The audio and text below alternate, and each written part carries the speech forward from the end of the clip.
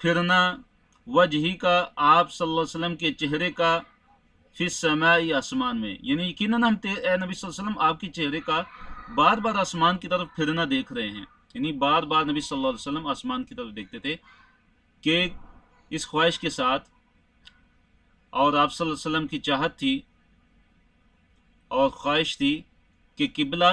بیت المقدس سے بیت اللہ کی طرف تحویل ہو جائے، تبدیل ہو جائے۔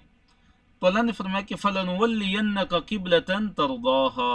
فَلَنُوَلِّيَنَّكَ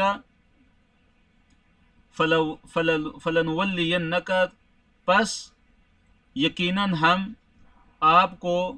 ضرور پھیر دیتے ہیں قبلتاً اس قبلے کی طرف ترضاہا جسے آپ صلی اللہ علیہ وسلم پسند کرتے ہیں، ترضاہا جس سے آپ راضی ہیں۔ تو اللہ تعالیٰ نے فرمایا کہ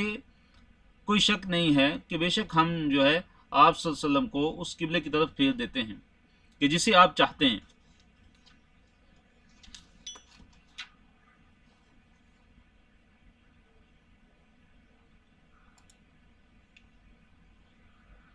Recording in progress.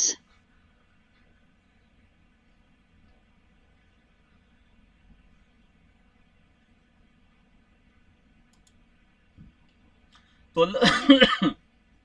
اللہ تعالیٰ نے فرمایا کہ فولی کہ اے نبی صلی اللہ علیہ وسلم آپ پھیر دیجئے وجہ کا اپنے چہرے کو شطرہ طرف المسجدی مسجد الحرام حرام،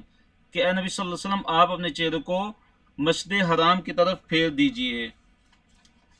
تو یہ قبلے کی تبدیلی اور قبلے کی تحویل کا یہ حکم تھا اللہ کے نبی صلی اللہ علیہ وسلم کو کہ اے نبی صلی اللہ علیہ وسلم آپ اپنے چہرے کو مسجد حرام کی طرف پھیر لیجئے۔ وحیث اور جہاں بھی ما کنتم تم ہو فولو تو پھیر لو وجوہکم اپنے چہروں کو شطرہ، شطر کہتے ہیں طرف، سائڈ، شطرہ اس کی طرف یعنی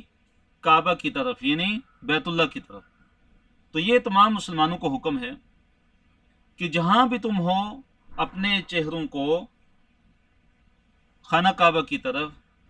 بیت اللہ کی طرف پھیر لو۔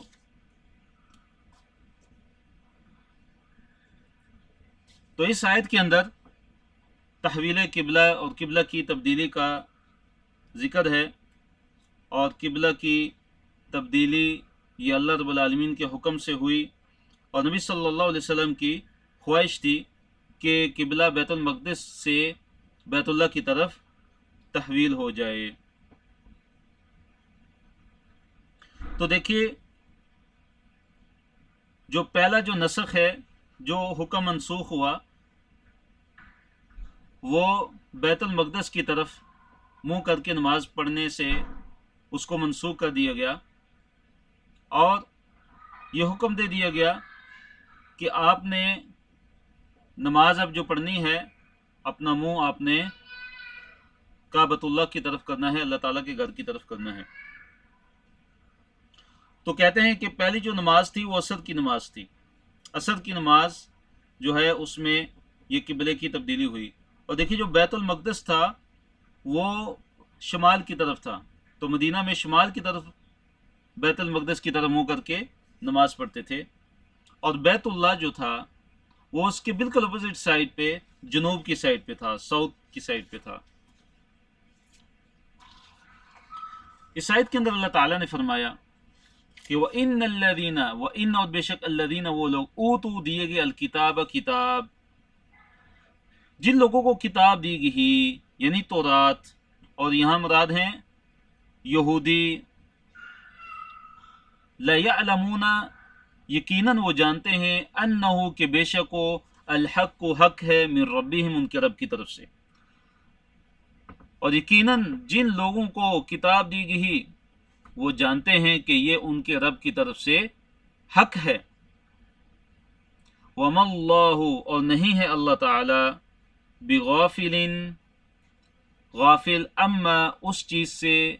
یعملون جو وہ عمل کرتے ہیں۔ تو اس سے مراد یہ ہے کہ جو یہود تھے ان کو اپنی کتابوں کی بنیاد پر ان کو معلوم تھا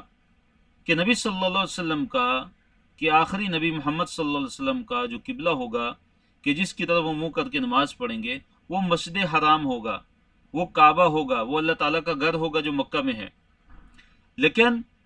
وہ حسد کی بنیاد پہ، حسد کی وجہ سے اس معاملے کو چھپاتے تھے اور ظاہر نہیں کرتے تھے۔ اللہ نے فرمایا کہ لَيَعْلَمُونَ، یقیناً وہ جانتے ہیں کہ أَنَّ الْحَقُّ مِن رَبِّهِمْ، کہ یہی برحق ہے ان کے رب کی طرف سے۔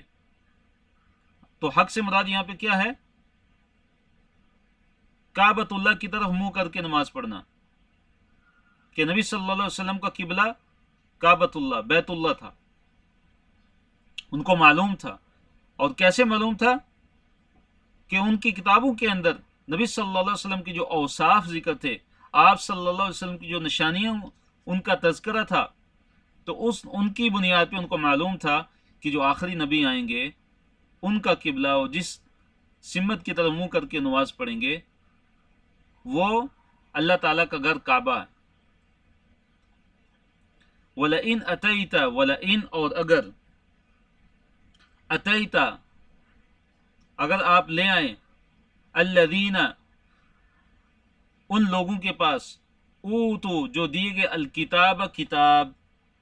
بکلی ہر آیت نشانی، آیت یعنی اگر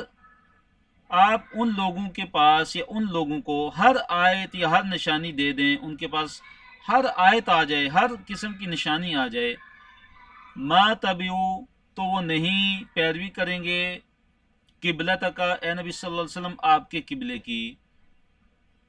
یعنی ان کے اندر کتنا عناد ہے، ان کے اندر کتنی مخالفت ہے اور کتنی ضد ہے اور کتنا حسد ہے کہ جتنی بھی آپ دلیلیں ان کو بتائیں، جتنی بھی آیات آپ ان کو نشانیاں دکھا دیں، تو آپ کے قبلے کی پیروی نہیں کریں گے۔ وما انت بتابع قبلتہم، اللہ تعالیٰ نے فرمایا کہ اے نبی صلی اللہ علیہ وسلم، وما انت اور نہ ہی آپ، بتابع پیروی کرنے والے ہیں کسی بھی صورت میں، قبلتہم ان کے قبلے کی، یعنی آپ صلی اللہ علیہ وسلم کو بھی اجازت نہیں ہے کہ آپ ان کے قبلے کی پیروی کریں، کیونکہ اللہ تعالیٰ کا حکم ہے کہ آپ نے کعبۃ اللہ، بیت اللہ کی طرف منہ کر کے نماز پڑھنی ہے، اور بیت اللہ آپ کا قبلہ مقرر کر دیا گیا ہے، تو اب ان کے قبلے کی طرف آپ منہ کر کے نماز نہیں پڑھ سکتے، آپ ان کے قبلے کی پیروی نہیں کر سکتے۔ وما بعضهم اور نہ ہی بعض، نہ ہی ان کے بعض، بتابع پیروی کرنے والے ہیں، قبلتا قبلے کی، بعضن بعض کی۔ تو اللہ تعالیٰ نے فرمایا کہ ان کے جو بعض ہیں وہ بعض کے قبلے کی پیروی کرنے والے نہیں ہیں۔ مراد ان سے کیا ہے کہ جو یہود و نصارہ ہیں وہ بھی ایک دوسرے کے قبلے کی پیروی نہیں کرتے، ایک دوسرے کے قبلے کی طرف منہ کر کے وہ عبادت نہیں کرتے، کہ جو یہودی تھے وہ جو صخرہ بیت المقدس ہے قبلہ ان کا تھا، وہ اس کی طرف منہ کر کے نماز پڑھتے تھے وہ، اور جو نصارہ تھے ان کا قبلہ تھا بیت المقدس کی جو مشرقی جانب تھی۔ تو اللہ تعالیٰ نے فرمایا کہ یہ آپس میں بھی متفق نہیں ہے، بلکہ یہ مختلف ہیں، آپس میں ان کا اختلاف ہے، نہ یہ آپس میں ایک دوسرے کے قبلے کی یہ پیروی کرتے ہیں، ایک دوسرے کے قبلے کو مانتے ہیں، اور نہ ہی مسلمانوں کے قبلے کو مانتے ہیں۔ تو اللہ نے فرمایا کہ وَلَئِنِ اتَّبَعْتَ اور اگر آپ نے پیروی کی، اتباع کی، احواءہم ان کی احوا کی، یعنی ان کی خواہشوں کی، خواہشات کی، من بعدی بعد اس کے، ما جو جاءک آیا آپ کے پاس، یعنی اے نبی صلی اللہ علیہ وسلم آپ کے پاس، من العلم علم میں سے، یعنی اگر اے نبی صلی اللہ علیہ وسلم آپ نے ان یہود و نصارہ کی خواہشات کی پیروی کی، اس کے بعد کہ جو آپ کے پاس علم آ چکا ہے، یعنی علم آ جانے کے بعد بھی اگر آپ نے ان کی خواہشات کی پیروی کی، جو علم اللہ تعالیٰ نے وحی کی روشنی میں، وحی کی صورت میں آپ کو عطا فرمایا، قرآن کا علم آپ کو عطا فرمایا، قرآن کا نزول آپ پہ ہوا، اور حدیث کا علم اللہ تعالیٰ نے آپ کو عطا فرمایا، انکا بے شک آپ، اذن تب، لمن الظالمین البتہ یقیناً آپ ظالموں میں سے ہوں گے، یعنی ان کی احوا کی، ان کی خواہشات کی پیروی نہیں کرنی، ان کے جو اعتراضات ہیں ان سے ڈرنا نہیں ہے، انہوں نے یہ اعتراضات کرنے ہی ہیں کہ یہ کیا ہوا کہ یہ پہلے ایک قبلے پہ تھے، اب اس قبلے کو تبدیل کر کے دوسرے قبلے کی طرف منہ کر کے نماز پڑھنا شروع ہو گئے تو یہ اعتراض کرتے تھے، اس کا مطلب ہے کہ ان کا پہلا قبلہ غلط تھا، اب جو دوسرا قبلہ، نیا قبلہ جس کی طرف یہ منہ کرتے ہیں، اب وہ صحیح ہو گیا اور پہلے والا غلط ہو گیا۔ تو اس طرح جو منافقین تھے، جو یہود تھے، جو نصارہ تھے، وہ اعتراضات کرتے تھے، تو اللہ تعالیٰ نے ان کو بیوقوف قرار دیا کہ یہ بیوقوف لوگ ہیں، یہ سفہاء ہیں۔ تو آپ نے ان کی باتوں سے پریشان نہیں ہونا، اور آپ نے اطمینان رکھنا ہے کہ یہ اللہ تعالیٰ کی طرف سے ہے اور اللہ تعالیٰ کی یہ حکم ہے۔ الذین، وہ لوگ، آتیناہم، جن کو دی ہم نے، الکتاب، کتاب، یعرفونہ، وہ پہچانتے ہیں، کما یعرفونہ، وہ پہچانتے ہیں، ہو، اس کو، یعنی نبی صلی اللہ علیہ وسلم کو، کما، جیسے، یعرفون، وہ معرفت رکھتے ہیں، وہ پہچانتے ہیں، ابناءہم، اپنے ابنا کو، ابنا ابن کی جمع ہے، مراد بیٹے۔ تو اللہ تعالیٰ نے فرمایا کہ جن کو ہم نے کتاب دی تھی، یعنی یہود و نصارہ، تو یہ نبی صلی اللہ علیہ وسلم کو ایسے پہچانتے ہیں کہ جیسے اپنے بیٹوں کو پہچانتے ہیں۔ نبی صلی اللہ علیہ وسلم کا ان کو علم تھا، آپ صلی اللہ علیہ وسلم کی نشانیاں، آپ صلی اللہ علیہ وسلم کی اوصاف ان کی کتابوں کے اندر ذکر تھے، لیکن اس کے باوجود بھی وہ ایمان نہیں لائے، اور اس کی وجہ کیا تھی؟ عناد تھا ان کا بغض، ان کا حسد، اس بات پہ کہ اللہ تعالیٰ نے اپنے آخری نبی کو بنی اسماعیل عربوں کے اندر کیوں مبعوث فرمایا کہ جو امی ہیں، جو ان پڑھ ہیں؟ سارے کے سارے انبیاء بنی اسرائیل میں سے آئے، تو بنی اسرائیل میں سے آنا چاہیے تھا آخری نبی، تو وہ دعویٰ کرتے تھے ہم سب سے افضل ہیں، سارے انبیاء ہم میں سے آئے ہیں، تو ان کو عجیب لگتا تھا اور حسد کرتے تھے کہ یہ آخری نبی بنی اسماعیل میں سے کیوں آگے۔ تو اللہ تعالیٰ نے فرمایا کہ وہ ان، اور یقیناً، بے شک، فریقاً، کچھ لوگ، منہم، ان میں سے، یعنی ان یہود میں سے، لیکتمون، یقیناً وہ چھپاتے ہیں، کتمان کرتے ہیں، الحق، کا حق کو، وہم، اور وہ، یعلمون، جانتے بھی ہیں۔ تو یہ یہود میں سے ایک اہل علم گروہ تھا کہ جن کو معلوم تھا حق، یعنی قبلہ، کہ آخری نبی صلی اللہ علیہ وسلم کا جو قبلہ ہوگا وہ بیت اللہ کی طرف ہوگا، اور اسی طرح وہ حق کو پہچانتے تھے، نبی صلی اللہ علیہ وسلم کو بھی پہچانتے تھے، کیونکہ آپ صلی اللہ علیہ وسلم کی نشانیوں کا ذکر ان کی کتابوں کے اندر موجود تھا۔ تو اللہ نے فرمایا کہ جانتے بوجھتے، وہ ہم یعلمون، اور ان کو علم بھی ہے، وہ جانتے بوجھتے وہ چھپاتے ہیں، وہ حق کو کیا کرتے ہیں؟ چھپاتے ہیں۔ تو حق کو چھپانا نہیں چاہیے، بلکہ حق کو بیان کرنا چاہیے، حق کو بیان کرنا چاہیے اور حق کو چھپانا نہیں چاہیے۔ اس کے بعد ہمارا صفحہ نمبر 22 ہے، اس میں جو ہمارا پہلا ٹاپک ہے، اس کی جو اہم، جو اس کے جو پوائنٹس ہیں وہ کیا ہیں؟ جی، کہ حق میں شک نہ کیجیے۔ جب اللہ تعالیٰ نے آپ کو حق کی نعمت عطا فرما دی ہے تو آپ اس میں شک نہ کیجیے، بلکہ ایمان کو زیادہ سے زیادہ مضبوط کیجیے اور نیکیوں میں سبقت اختیار کیجیے، اور اللہ تعالیٰ ہر چیز پہ قادر ہے، اور جہاں کہیں بھی تم ہو، مسجد حرام کی طرف اپنے چہرے کو پھیر لو۔ تو اللہ نے فرمایا تو اللہ تعالیٰ نے فرمایا کہ الحق من ربک، یہ تمہارے رب کی طرف سے، یہ تمہارے رب کی طرف سے حق ہے، یہ تمہارے رب کی طرف سے حق ہے۔ مراد بیت المقدس سے قبلے کا تحویل ہو کے، تبدیل ہو کے بیت اللہ کی طرف ہو جانا، یہ اے نبی صلی اللہ علیہ وسلم آپ کے رب کی طرف سے حق ہے۔ فلا تکونن، پس ہرگز مت ہو جانا، من الممترین، ممترین میں سے، یعنی شک کرنے والوں سے۔ تو ممترین، یہ ممترن کی جمع ہے، اور اس سے مراد کیا ہے؟ شک کرنے والے۔ اسی سے ایک الفاظ ہے مریا، مریا شک کو کہتے ہیں، اور ممتر شک کرنے والا، اور اس کی جمع کیا ہے؟ ممترین، ممترین، شک کرنے والے۔ اللہ تعالیٰ نے فرمایا اگلی آیت کے اندر، وَلِكُلٍّ وِجْهَةٌ، وَلِكُلٍّ، اور ہر ایک کے لیے، وجہتن، ایک سمت ہے، یعنی ہر ایک نے اپنی اپنی سمت بنائی ہوئی عبادت کے لیے. ہوا وہ مولیہا، اس کا مولی ہے یعنی منہ پھیرنے والا ہے، ہا اس کی طرف یعنی اس وجہ کی طرف یعنی اس سمت کی طرف. اللہ نے فرمایا کہ ہر ایک کے لیے، ہر ایک گروہ کے لیے، ہر دین کے ماننے والوں کے لیے ایک خاص سمت ہے، وجہ ہے، سمت ہے کہ جس کی طرف وہ منہ پھیرتے ہیں.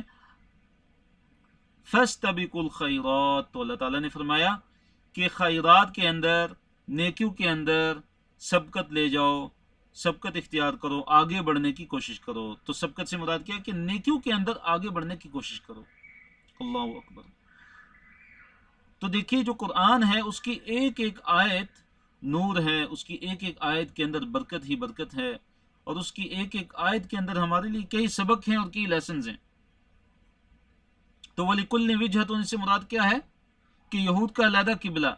نصارہ نے اپنا علیحدہ قبلہ بنایا ہوا تھا، اور جو ابراہیم علیہ السلام کا قبلہ تھا وہ کعبہ تھا. تو بعد میں ہر ایک نے اپنی اپنی مرضی کا قبلہ بنا لیا. تو یہ مراد ہے وَلِكُلٍّ وِجْهَةٌ هُوَ مُوَلِّيهَا. تو اصل جو چیز ہے وہ یہ ہے کہ فَاسْتَبِقُوا الْخَيْرَاتِ، نیکیوں میں ایک دوسرے سے بڑھ جانے کی کوشش کرو. تو آج ہم دیکھیں کہ ہم کن چیزوں میں ایک دوسرے سے بڑھ جانے کی کوشش کرتے ہیں. کیا ہم نیکیوں میں ایک دوسرے سے بڑھ جانے کی کوشش کرتے ہیں؟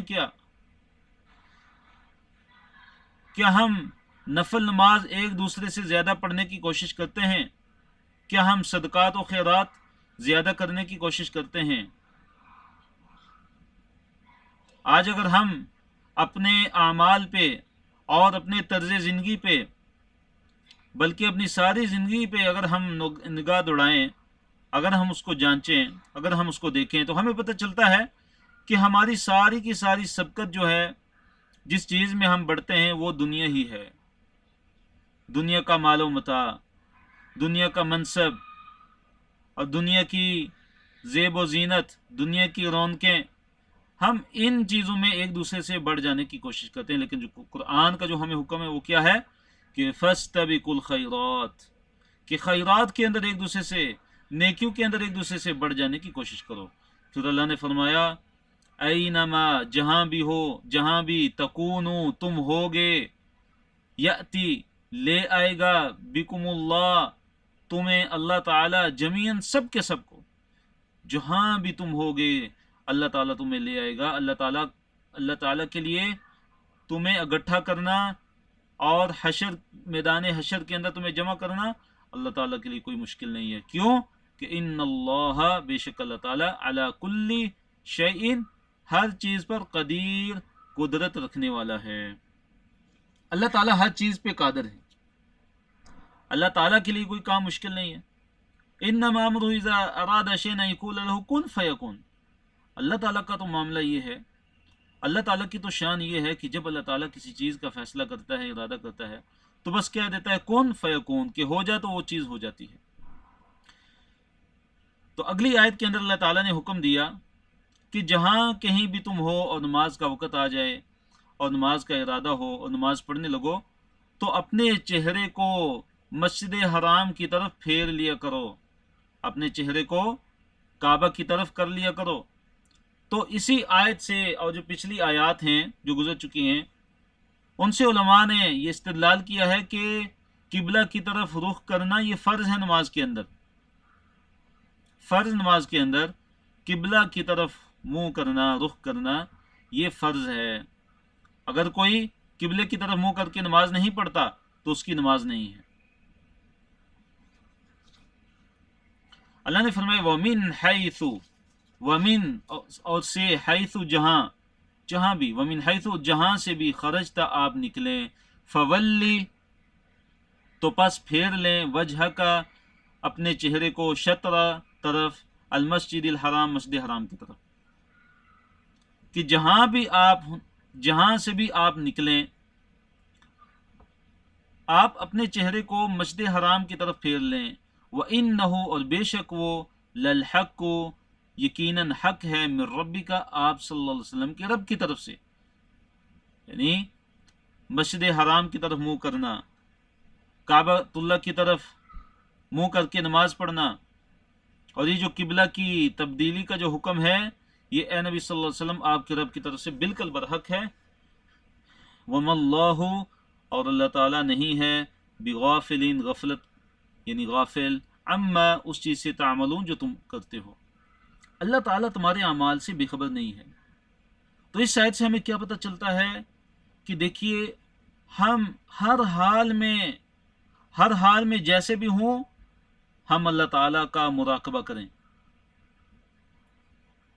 ہماری سوچ میں یہ ہونا چاہیے، ہمارے دماغ میں یہ ہونا چاہیے، ہمارے دل میں یہ ہونا چاہیے کہ اللہ رب العالمین ایک ایسی ذات ہے کہ جو ہمیں دیکھ رہے ہیں، چاہے ہم دنیا سے کتنا ہی چھپ کیوں نہ جائیں، لیکن اللہ ایسی ذات ہے کہ جو ہمیں دیکھ رہا ہے۔ اللہ تعالیٰ ہمارے عملوں سے، ہمارے اعمال سے، کاموں سے غافل نہیں ہے۔ ہم اگر ظلم کرتے ہیں کسی پہ، ہم اگر اللہ تعالیٰ کی نافرمانی چھپ چھپ کر بھی کرتے ہیں، تو یہ جان لینا چاہیے کہ وَمَا اللَّهُ بِغَافِلٍ عَمَّا تَعْمَلُونَ، اللہ تعالیٰ نے کتنا ڈرایا ہے اور کتنا واضح فرما دیا کہ اللہ تعالیٰ تمہارے ایک ایک عمل سے بھی غافل نہیں ہے۔ جیسے اللہ نے دوسرے مقام پہ فرمایا فَمَن يَعْمَلْ مِثْقَالَ ذَرَّةٍ خَيْرًا يَرَهُ، جو ذرہ برابر بھی نیکی کرے گا وہ اس کو دیکھ لے گا۔ وَمَن يَعْمَلْ مِثْقَالَ ذَرَّةٍ شَرًّا يَرَهُ، جو ذرہ برابر کوئی برائی کرے گا تو وہ بھی قیامت کے دن اسے دیکھ لے گا۔ جی بارک اللہ فیکم۔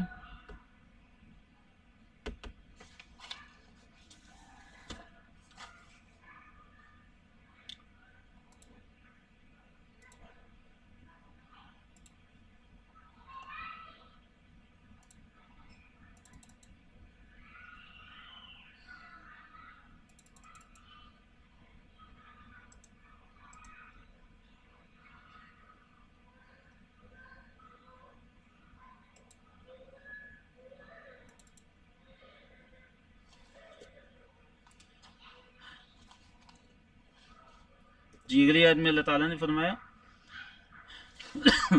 وَمِنْ حَيْثُ خَرَجْتَ، اور جہاں سے بھی آپ نکلیں، فَوَلِّ، پس آپ پھیر لیں، وجہک، اپنے چہرے کو، شطر المسجد الحرام، مسجد حرام کی طرف۔ تو دوبارہ اللہ تعالیٰ نے اس چیز کا حکم دیا اس کی اہمیت کو بیان کرنے کے لیے۔ وَحَيْثُ، جہاں بھی، مَا كُنْتُمْ، تم ہو، یہ تمام امت کو حکم ہے، تمام اہل اسلام کو حکم ہے۔ فَوَلُّ، پس پھیر لو، وجوہکم، اپنے چہروں کو، شطرہ، اس کی طرف، شطرہ یعنی مسجد حرام کی طرف، لئلا، تاکہ نہ، یکون، ہو، للناس، لوگوں کے پاس، علیکم، تمہارے خلاف، حجتن، کوئی حجت، یعنی لوگوں کے پاس تمہارے خلاف کوئی حجت تاکہ موجود نہ رہے،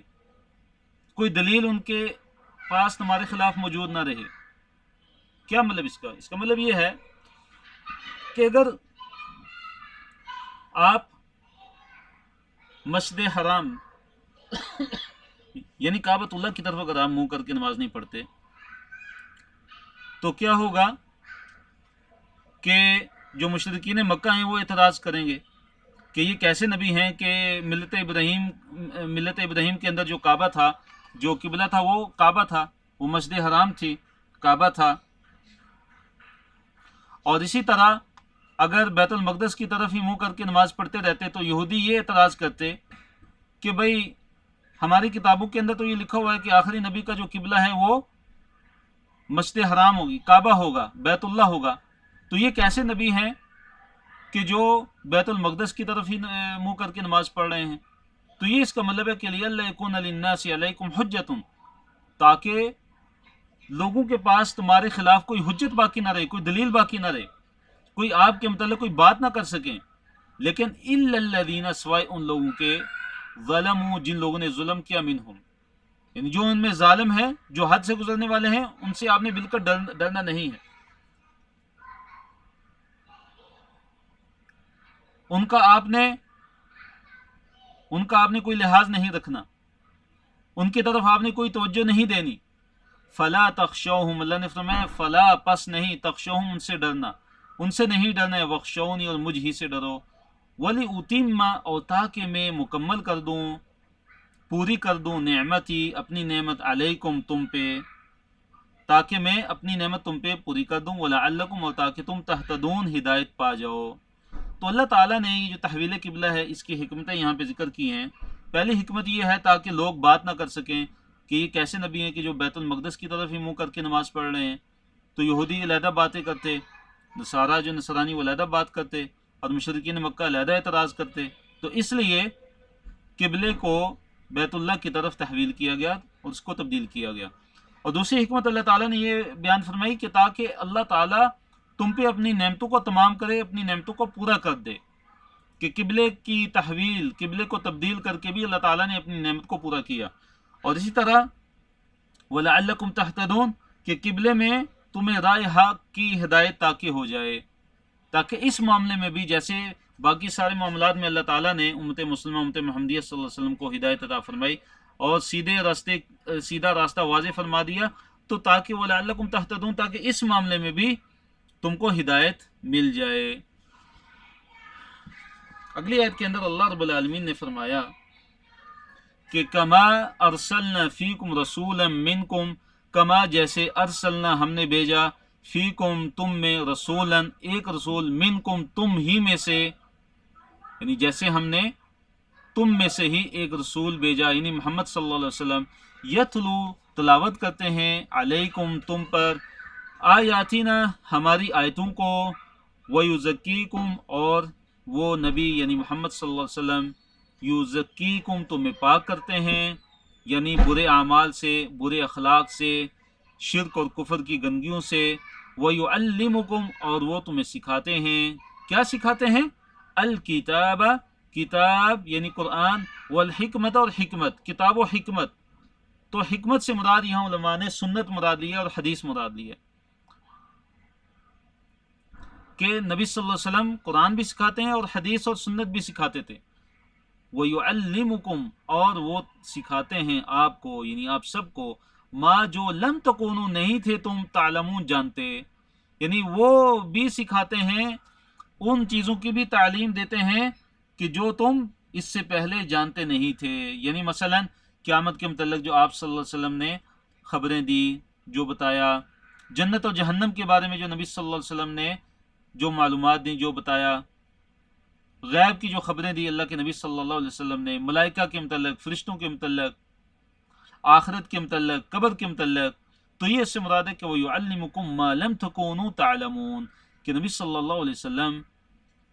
تمہیں وہ بھی سکھاتے ہیں کہ جو تم نہیں جانتے تھے. تو فَاذْكُرُونِی پس ذکر کرو میرا، اذکرکم میں تمہارا ذکر کروں گا. تو اللہ تعالیٰ نے اس میں حکم دیا کہ اللہ تعالیٰ کا ذکر کرو گے تو اللہ تعالیٰ تمہارا ذکر کرے گا. کتنی بڑی بات ہے کہ ایک بندہ، ایک انسان جس کی کوئی اللہ تعالیٰ کے سامنے کوئی حیثیت ہی نہیں ہے، کتنا حقیر ہے، کتنا فقیر ہے اللہ تعالیٰ کا، اور ایک انسان اللہ کا کتنا محتاج ہے کہ ایک ایک سانس کا اللہ تعالیٰ کا محتاج ہے. اگر اللہ تعالیٰ کا حکم نہ ہو تو انسان ایک سانس تک نہیں لے سکتا. تو اللہ تعالیٰ کتنا قدردان ہے کہ ہم اللہ کا اگر ذکر کریں گے تو اللہ ہمارا ذکر کرے گا. اذکرکم کہ میں تمہارا ذکر کروں گا،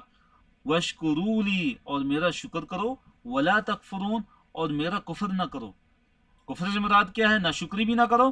اور اللہ تعالیٰ کا کفر بھی نہ کرو، اللہ تعالیٰ کے ساتھ کفر نہ کرو، اللہ کے ساتھ کسی کو شریک نہ ٹھہراؤ، اللہ تعالیٰ کے احکامات کا انکار مت کرو. اس کے بعد جو ہمارا اگلا ٹاپک ہے کہ نماز اور صبر کے ذریعے اللہ تعالیٰ سے مدد مانگو، اور اسی طرح جو شہداء ہیں اللہ تعالیٰ کے راستے میں جن کو مار دیا جاتا ہے، اللہ نے فرمایا کہ ان کو مردہ نہ کہو، اور اللہ تعالیٰ صبر کرنے والوں کے ساتھ ہے. اور اسی طرح آزمائش لازمی ہے، اللہ تعالیٰ لازمی ایک انسان کو آزماتے ہیں، اور ان میں جو صبر کرنے والے ہوتے ہیں وہی کامیاب ہیں. اور صابرین جو ہوتے ہیں، جو صبر کرنے والے ہوتے ہیں، وہ کون ہوتے ہیں؟ کہ جو مصیبت کے وقت اللہ تعالیٰ کی ناشکری نہیں کرتے، اللہ تعالیٰ سے شکوہ نہیں کرتے، بلکہ اللہ تعالیٰ کی تقدیر پہ راضی رہتے ہیں، اور کیا پڑھتے ہیں کہ انا للہ و انا الیہ راجعون. تو اللہ نے فرمایا یا ایھا الذین، اے وہ لوگو، آمنو جو ایمان لائے ہو، استعینوا مدد طلب کرو، استعانت طلب کرو، بالصبر صبر کے ساتھ، والصلاۃ اور نماز کے ساتھ. یعنی اگر اللہ تعالیٰ کی مدد چاہیے تو صبر کرو، اور نماز سے اللہ تعالیٰ کی مدد چاہو. جیسا کہ حدیث کے اندر ہے کہ نبی صلی اللہ علیہ وسلم کو جب بھی کوئی اہم واقعہ پیش آتا، کوئی حادثہ پیش آتا، تو نبی صلی اللہ علیہ وسلم نماز کی طرف متوجہ ہو جاتے۔ تو ہمارا بھی یہ حال ہونا چاہیے کہ جب بھی ہمیں کسی چیز کی ضرورت ہو، جب کوئی اہم واقعہ ہو جائے، کوئی مصیبت آ جائے، کوئی پریشانی آ جائے، تو ہم اللہ تعالیٰ کی طرف متوجہ ہو جائیں، ایک صبر کے ساتھ کہ ہم صبر کریں اور نماز کی پابندی کریں اور نماز کے ذریعے اللہ تعالیٰ سے مدد طلب کریں۔ ان اللہ، بے شک اللہ تعالیٰ، مع الصابرین، صبر کرنے والوں کے ساتھ ہے۔ نبی صلی اللہ علیہ وسلم کی بڑی عظیم حدیث ہے۔ آپ صلی اللہ علیہ وسلم فرماتے ہیں کہ کسی بھی انسان کو، یہ حدیث صحیح مسلم میں، کہ کسی بھی انسان کو صبر سے زیادہ کوئی بڑی اور وسیع عطا نہیں کی گئی۔ یہ ایسی عطا ہے، صبر، یہ ایسا عظیم عمل ہے، یہ ایسی عظیم خصلت ہے کہ جس کو عطا کر دی گئی وہ دنیا میں بھی کامیاب ہو گیا، آخرت میں بھی کامیاب ہو گیا۔ وَلَا تَقُولُوا، اور نہ کہو، لمن، اسے، یقتلوا، جو قتل کیا جاتا ہے، فی سبیل اللہ، اللہ کے راستے میں، اموات، مردہ۔ اللہ تعالیٰ نے منع فرمایا ہے کہ جو اللہ تعالیٰ کے راستے میں قتل ہو جائے ان کو مردہ نہیں کہنا، بلکہ احیاء، وہ زندہ ہیں، ولیکن، لیکن، لا تشعرون، تم سمجھ نہیں سکتے، تم فیل نہیں کر سکتے کہ ان کی زندگی کیسے ہے۔ تو شہداء زندہ ہیں اللہ تعالیٰ کے ہاں،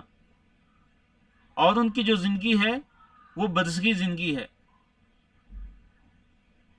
اور ان کی زندگی بہت اعلیٰ ہے، اور سب سے جو اعلیٰ، جو اخروی زندگی ہے، جو برزخی زندگی ہے، وہ انبیاء کی ہے۔ اور جب ایک نیک انسان اس دنیا سے جاتا ہے تو قبر اس کے لیے جنت کے باغیچوں میں سے ایک باغیچہ بن جاتی ہے، اور جب ایک انسان، نیک انسان اس دنیا سے جاتا ہے اور قبر میں جب اس کو رکھا جاتا ہے تو قبر میں جنت کی طرف سے اس کے لیے کھڑکی کھول دی جاتی ہے، جہاں سے اس کے لیے جنت کی ہوائیں آتی ہیں، جنت کی خوشبوئیں اس کے لیے آتی ہیں، اور اللہ تعالیٰ اس کے لیے یہ قبر جنت کے باغیچوں میں سے ایک باغیچہ بنا دیتا ہے۔ اور جو اس دنیا سے برے اعمال کر کے جاتا ہے، جو کافر ہے، مشرک ہے، فاسق ہے، فاجر ہے، تو قبر اس کے لیے جہنم کے گڑھوں میں سے ایک گڑھا بن جاتی ہے۔ اس کے بعد اگلی آیت کے اندر اللہ تعالیٰ نے اس بات کا ذکر کیا کہ اللہ تعالیٰ تمہیں ضرور آزمائیں گے، تمہاری آزمائش ہوگی۔ تمہاری آزمائش کیسے ہوگی؟ فرمائے کہ وَلَنَبْلُوَنَّكُمْ، اور یقیناً ضرور ہم تمہیں آزمائیں گے، بِشَيْءٍ، کچھ چیز سے، من الخوف، خوف سے، والجوع، اور بھوک سے، یعنی خوف دے کے بھی تمہیں آزمائیں گے اور بھوک دے کے بھی تمہیں آزمائیں گے، وَنَقْصٍ مِّنَ الْأَمْوَالِ، اور کمی، نقص، کمی، من الاموال، مالوں سے، یعنی مالوں کی کمی سے بھی تمہیں آزمائیں گے، والانفس، اور جانوں کی کمی سے، یعنی کسی کو فوت کر دینے سے، کسی رشتہ دار کو، کسی بہت قریبی کو، کسی عزیز کو، والانفس، اور جانوں کی کمی سے، والثمرات، اور پھلوں کی کمی سے، وبشر الصابرین، اور خوشخبری دے دیجئے، وبشر، اور خوشخبری دے دیجئے، الصابرین، صبر کرنے والوں کو۔ تو صبر کرنے والوں کو کے لیے اللہ رب العالمین کی طرف سے خوشخبری ہے۔ تو اللہ تعالیٰ نے فرمایا کہ ہم خوف سے تمہیں آزمائیں گے اور بھوک سے بھی تمہیں آزمائیں گے، یعنی فقر و فاقہ سے بھی آزمائیں گے، اور کبھی مال تمہارے کم ہو جائیں گے، کبھی جانوں کی کمی سے آزما لیں گے، والثمرات، اور کبھی پھلوں کی کمی سے آزمائیں گے۔ اور جو صبر کریں گے اللہ تعالیٰ کی طرف سے ان کے لیے بشارتیں ہی بشارتیں ہیں، خوشخبریاں ہی خوشخبریاں ہیں۔ تو وہ صابرین کون ہیں؟ صبر کرنے والے لوگ کون ہیں؟ الذین، جو، اذا، جب، اصابتہم، پہنچتی ہے ان کو، مصیبت، کوئی بھی مصیبت، جب ان کو کوئی بھی مصیبت آتی ہے، پہنچتی ہے، تو کیا کہتے ہیں؟ قالوا، تو وہ کہتے ہیں، انا، بے شک ہم، للہ، اللہ کے لیے ہی ہیں، وانا، اور بے شک ہم، الیہ، اسی کی طرف، یعنی اللہ تعالیٰ کی طرف، راجعون، پلٹنے والے ہیں۔ تو وہ اس بات کا اقرار کرتے ہیں کہ بے شک ہم اللہ ہی کی ملکیت ہیں۔ یہ جو دنیا سے جانے والا یہ چلا گیا ہے، یہ جو چیز اللہ تعالیٰ نے ہم سے لے لی ہے، یہ بھی اللہ تعالیٰ کی ملکیت، اور ہم بھی اللہ تعالیٰ کی ملکیت ہیں، اور ہم نے بھی اللہ تعالیٰ کے پاس ہی جانا ہے۔ ہم نے اس دنیا میں ہمیشہ نہیں رہنا، ہم نے بھی ایک نہ ایک دن اس دنیا سے جانا ہے۔ تو یہ انا للہ و انا الیہ راجعون پڑھتے ہیں۔ صفحہ نمبر 23، اولئک یہی لوگ ہیں، علیہم ان پر، صلوات مہربانیاں ہیں، من ربہم ان کے رب کی طرف سے، ورحمت اور بڑی رحمت۔ اللہ نے فرمایا کہ یہ جو صبر کرنے والے ہیں، جن کو اللہ تعالیٰ کی طرف سے خوشخبری ہے، یہ اتنے عظیم لوگ ہیں کہ اللہ تعالیٰ کی طرف سے ان کے لیے بڑی ہی مہربانیاں ہیں، بڑی ہی مہربانیاں ہیں، بڑی ہی کرامتیں ہیں ان کے لیے، بڑی ہی اللہ تعالیٰ کے لیے، اللہ تعالیٰ کی طرف سے ان کے لیے بڑے ہی اعزازات ہیں جنت کے اندر، قیامت کے دن کے، اور اسی طرح قبر کے اندر اللہ تعالیٰ ان کے لیے انعام و اکرام کریں گے۔ ورحمتون اور ان کے لیے بڑی رحمت ہے، رحمتیں ہی رحمتیں ان لوگوں کے لیے کہ جو صبر سے کام لیتے ہیں اور جو اللہ تعالیٰ کی تقدیر پر راضی ہوتے ہیں۔ جیسے بھی حالات ہوتے ہیں وہ اللہ تعالیٰ کی تقدیر پہ راضی رہتے ہیں، اللہ تعالیٰ سے ناراض نہیں ہوتے۔ وَأُولَئِكَ اور یہی وہ لوگ ہیں، ہم المہتدون وہی ہیں ہدایت یافتہ۔ تو اس سے ہمیں کیا سبق ملتا ہے کہ ہم اپنی زندگی میں صبر کو لے کے آئیں، ہم اپنی ڈیلی لائف میں صبر کو لے کے آئیں۔ ہمارے سامنے جب گناہ آ جائے تو ہم صبر کر لیں اور ہم جنت کو یاد کریں، ہم اللہ تعالیٰ کی ان نعمتوں کو یاد کریں کہ جو ہمیں صبر کے بدلے میں ملنے والی ہیں، اور اس طرح اللہ تعالیٰ کے عذاب کو فوراً اپنے سامنے لے کے آئیں، اور اللہ تعالیٰ کے اس جیل خانے جہنم کو، دوزخ کو اپنے سامنے لے کے آئیں کہ اگر ہم نے گناہ کیا تو ہو سکتا ہے ہم کو اس کے اندر جانا پڑے، تو ہم اللہ تعالیٰ کی ذات، اللہ تعالیٰ کی صفات، اللہ تعالیٰ کی طرف سے جو خوشخبریاں ہیں، اور اسی طرح اللہ تعالیٰ نے جن چیزوں سے ڈرایا ہے اور اللہ تعالیٰ کا جو عذاب ہے اس کو سامنے لے آئیں، اور اللہ تعالیٰ کی نافرمانی سے ہم بچنے کی کوشش کریں۔ اور اسی طرح جو صبر ہوتا ہے، جیسے کہ حدیث کے اندر نبی صلی اللہ علیہ وسلم نے فرمایا کہ انما الصبر عند الصدمۃ الاولی، جب پہلی دفعہ ایک انسان کو صدمہ پہنچتا ہے اس وقت جو صبر کرتا ہے وہی قابل قبول ہوتا ہے۔ یہ نہیں کہ ایک بندے کو کوئی مصیبت آئی، کوئی پریشانی آئی تو اس نے صبر نہیں کیا اور وہ ویلا کیا، چیخ و پکار کی اور ناشکری کی اللہ تعالیٰ کی، اور ہر ایک انسان کے سامنے اس نے بیان کیا کہ میں لٹ گیا، میرے ساتھ یہ ہو گیا، وہ ہو گیا، اور رونا دھونا اور اپنے کپڑے پھاڑنا، اپنے گالوں پہ مارنا، اور یہ سارے عمل کر لیا، اور ایک ہفتے بعد وہ کہتا ہے کہ ہاں اب مجھے صبر آ گیا ہے، تو ایسا جو صبر ہے اس کی کوئی حیثیت نہیں ہے۔ اصل جو صبر ہے وہ یہ ہے کہ جو ہی کوئی تکلیف، کوئی مصیبت، کوئی پریشانی آئے تو فوراً بندہ صبر کرے اور اللہ تعالیٰ کی نافرمانی والا کوئی بھی کام نہ کرے، اللہ کی شریعت کی مخالفت نہ کرے، اور صبر کر لے اور یہ کہے کہ اے اللہ میں تیرے سے راضی ہوں، تو مجھ سے اگر راضی ہے، یہ مصیبت میرے پہ آئی ہے، اس میں کوئی تیری طرف سے حکمت ہوگی، کوئی بہتری ہوگی، تو اے اللہ میں تیرے سے راضی ہوں، میں تیرے سے خوش ہوں، تو وہ یہ کہے کہ انا للہ و انا الیہ راجعون، تو اللہ تعالیٰ اس کو دنیا میں بھی اجر عطا فرمائے گا اور آخرت کے دن بھی اس کو اللہ تعالیٰ اجر عطا فرمائیں گے۔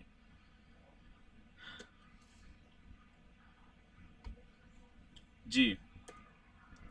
اس کے بعد اللہ تعالیٰ نے فرمایا کہ صفا اور مروہ جو ہیں وہ اللہ تعالیٰ کی شعائر میں سے ہیں، اللہ تعالیٰ کی نشانیوں میں سے ہیں۔ تو صفا اور مروہ یہ کعبہ کے قریب دو چھوٹی پہاڑیوں کے نام ہیں کہ جن کے درمیان میں سعی ہوتی تھی۔ حضرت ابراہیم علیہ السلام کے زمانے میں بھی حج اور عمرہ کے احکام میں یہ چیز شامل تھی۔ تو مشرکین مکہ جو تھے انہوں نے صفا اور مروہ پہ بت انہوں نے کھڑے کیے ہوئے تھے، اور وہ بتوں کی عبادت بھی کرتے تھے، بتوں کی پوجا کرتے تھے، اور بتوں کو بوسہ دیتے تھے، بتوں کا استلام کرتے تھے۔ تو حضرت انس رضی اللہ تعالیٰ عنہ کہتے ہیں کہ ہم صفا و مروہ کی سعی کو جاہلیت کا کام سمجھتے تھے، ہم صفا و مروہ کی سعی کو جاہلیت کا کام سمجھتے تھے۔ تو جب اسلام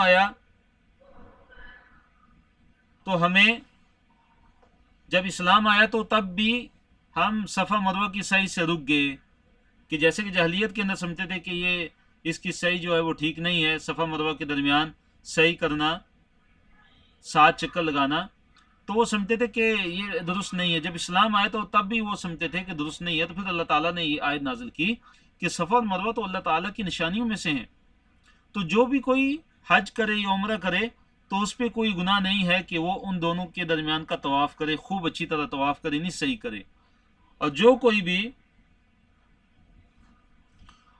کوئی بھی خوشی سے نیکی کا کام کرے گا تو بے شک اللہ تعالیٰ قدردان ہے، شاکر ہے اور علیم ہے.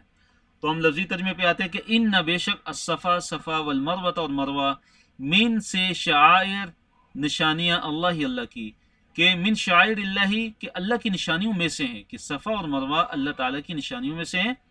فمن پس جو حج کرے البیتا بیت کا یعنی کعبہ کا، اللہ تعالیٰ کے گھر کا، او اعتمرا یا عمرہ کرے، فلا جناح تو اس پہ کوئی گناہ نہیں ہے، علیہ اس پر یعنی اس انسان پہ،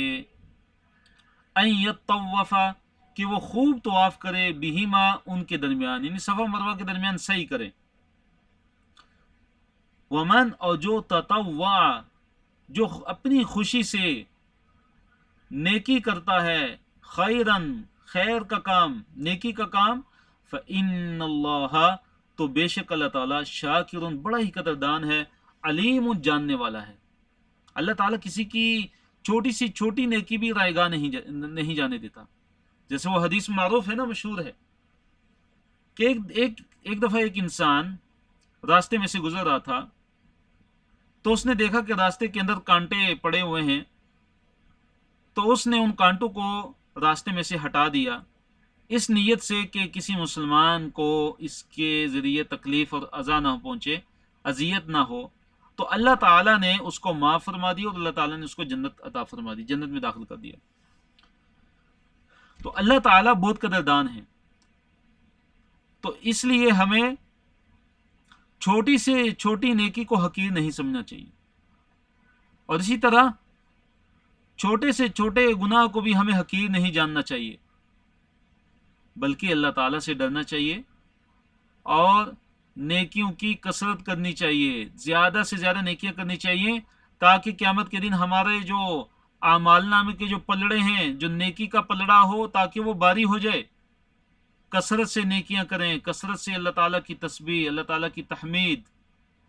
تو دیکھیے حج اور عمرے کے درمیان کے اندر جو سعی ہے وہ رکن ہوتا ہے، حج کا بھی رکن ہے اور عمرے کا بھی رکن ہے. تو سعی کے بغیر حج اور عمرہ نہیں ہوتا.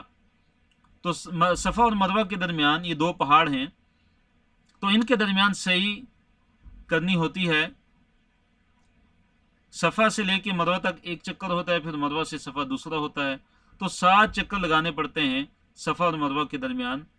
کہ صفا سے پہلا چکر شروع ہوتا ہے اور 7واں چکر مروہ پہ ختم ہوتا ہے. اور حج اور عمرہ کے اندر سعی کرنا یہ رکن ہے، لازمی ہے، اس کے بغیر حج اور عمرہ نہیں ہوتا. اور ایک حدیث کے اندر ہے کہ اسعوا کہ سعی کیا کرو، ان اللہ بے شک اللہ تعالیٰ نے کتبا فرض کر دیا ہے، علیکم تم پہ السعی سعی کو. تو صفا اور مروہ کے درمیان سعی کرنا یہ فرض ہے.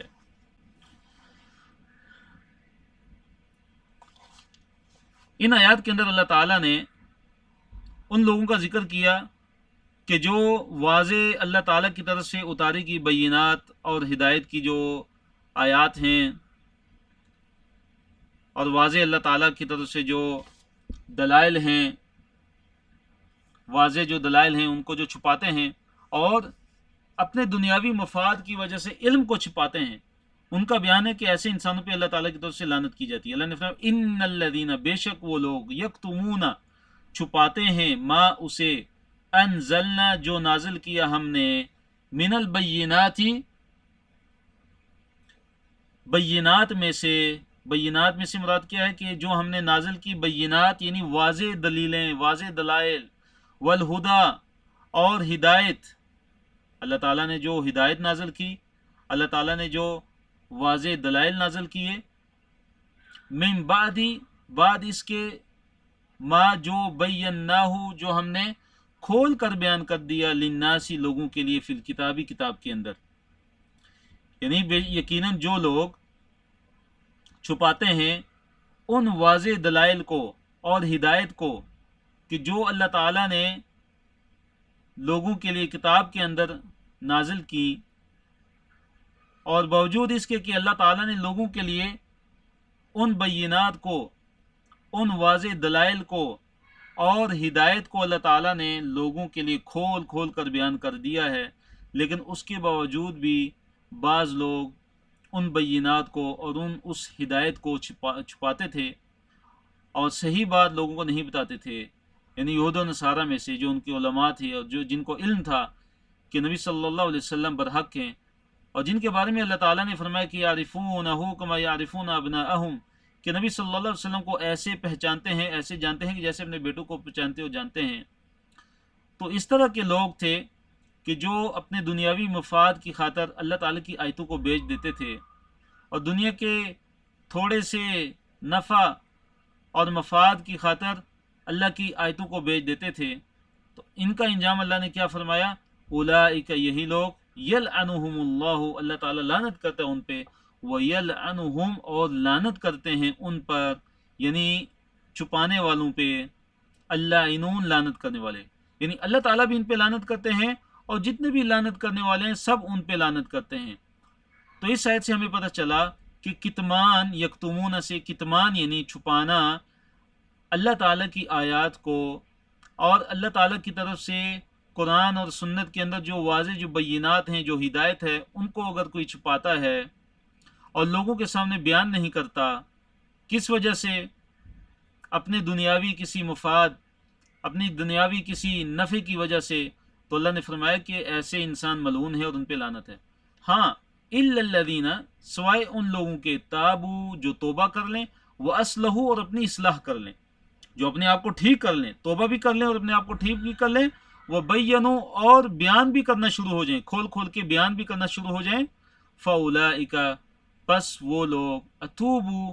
میں توبہ کرتا ہوں، میں ان کی توبہ کو قبول کرتا ہوں، علیہم، ان کی، میں ان کی طرف متوجہ ہوتا ہوں، میں ان کی توبہ کو قبول کر لیتا ہوں، وَأَنَا، اور میں، التواب، بہت زیادہ توبہ قبول کرنے والا ہوں، الرحیم، اور انتہائی رحم کرنے والا ہوں۔ تو اگر کوئی انسان اس گناہ کے اندر کوئی مبتلا ہوتا ہے، اللہ تعالیٰ کی آیات کو چھپاتا ہے، لیکن اس کے باوجود، اس کے بعد وہ سچی توبہ کر لیتا ہے، اپنی اصلاح کر لیتا ہے، اور جس علم کو اس نے چھپایا تھا اور دنیا کے تھوڑے سے مفاد کی خاطر، حقیر مال و متاع کی خاطر اس نے اس علم کو چھپایا، واضح بینات کو چھپایا، اللہ تعالیٰ کی طرف سے اتری ہوئی ہدایت کو چھپایا، لیکن اس کے بعد اگر وہ توبہ کر لیتا ہے، اصلاح کر لیتا ہے اور بیان کرنا شروع ہو جاتا ہے، تو اللہ تعالیٰ ایسے انسان کی توبہ کو قبول فرما لیں گے۔ ان الذین، بے شک جو لوگ، کفروا، جنہوں نے کفر کیا، وماتوا، اور مر گئے، وہم کفار، اور وہ کافر تھے، یعنی ان کی موت کفر کی حالت میں ہوئی، اولئک، یہی لوگ، علیہم، ان پر، لعنت اللہ، اللہ تعالیٰ کی لعنت ہے، والملائکۃ، اور فرشتوں کی لعنت ہے، والناس اجمعین، اور سارے کے سارے لوگوں کی لعنت ہے۔ یعنی بے شک جو لوگ کفر کرتے ہیں، جن لوگوں نے کفر کیا اور حالت کفر کے اندر ان کی موت بھی واقع ہوگی، وہ مسلمان نہیں ہوئے، تو اب ان کی معافی ممکن نہیں ہے، اب ان کے لیے ہمیشہ ہمیش کی جہنم کی آگ ہے، اور اللہ تعالیٰ کی لعنت ہے ان پہ، اور فرشتوں کی اور سارے کے سارے لوگوں کی ان پہ لعنت ہے۔ اللہ نے فرمایا خالدین فیہا، کہ اس لعنت کے اندر ہمیشہ ہمیش کے لیے رہیں گے، اس جہنم کے اندر ہمیشہ ہمیش کے لیے رہیں گے۔ لا یخفف عنہم، نہیں تخفیف کی جائے گی ان سے، العذاب، عذاب کی، عذاب ان سے کم نہیں کیا جائے گا بلکہ ان کا عذاب بڑھتا جائے گا۔ ولا ہم ینظرون، اور نہ ہی ان کو کوئی مہلت دی جائے گی، نہ ہی ان کو کوئی دنیا کے اندر دوبارہ آنے کا چانس دیا جائے گا۔ جیسے اللہ تعالیٰ نے فرمایا کہ وہ مہلت مانگیں گے اور وہ کہیں گے اللہ تعالیٰ ہم کو جہنم کی آگ سے نکال دے اور ہمیں دوبارہ دنیا میں بھیج دے، ہم نیک عمل کریں گے، تو اللہ نے فرمایا وَإِن، کہ اگر ان کو دوبارہ دنیا میں بھیج دیا جائے، لَعَادُوا، تو وہ دوبارہ یہی کام کریں گے کہ جن کاموں سے ان کو منع کیا جاتا ہے۔ اس کے بعد اللہ تعالیٰ نے توحید کا بیان کیا ہے کہ وَإِلَٰهُكُمْ، اور تمہارا الہ، تم سب کا جو الہ ہے، جو معبود ہے، الہ واحد، وہ ایک ہی الہ ہے، ایک ہی معبود ہے۔ توحید کی اس کے اندر دعوت ہے۔ توحید کا بیان ہے اس آیت کے اندر کہ تمہارا جو الہ ہے، تمہارا جو معبود ہے وہ ایک ہی الہ ہے، 3 نہیں ہے، 4 نہیں ہے، زیادہ نہیں ہے، بلکہ ایک ہی معبود ہے تمہارا، ایک ہی خدا ہے۔ لا الہ نہیں ہے کوئی معبود الا مگر ہوا وہ،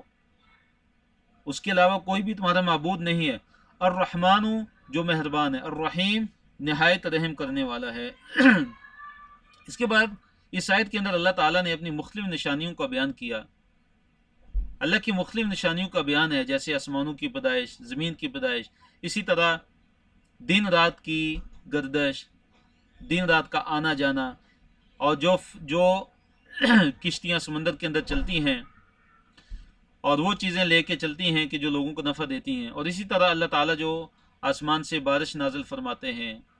اور اس کے بعد اللہ تعالیٰ زمین کو زندہ کر دیتے ہیں، اور اللہ تعالیٰ نے اس زمین کے اندر مختلف جانوروں کو پھیلا دیا،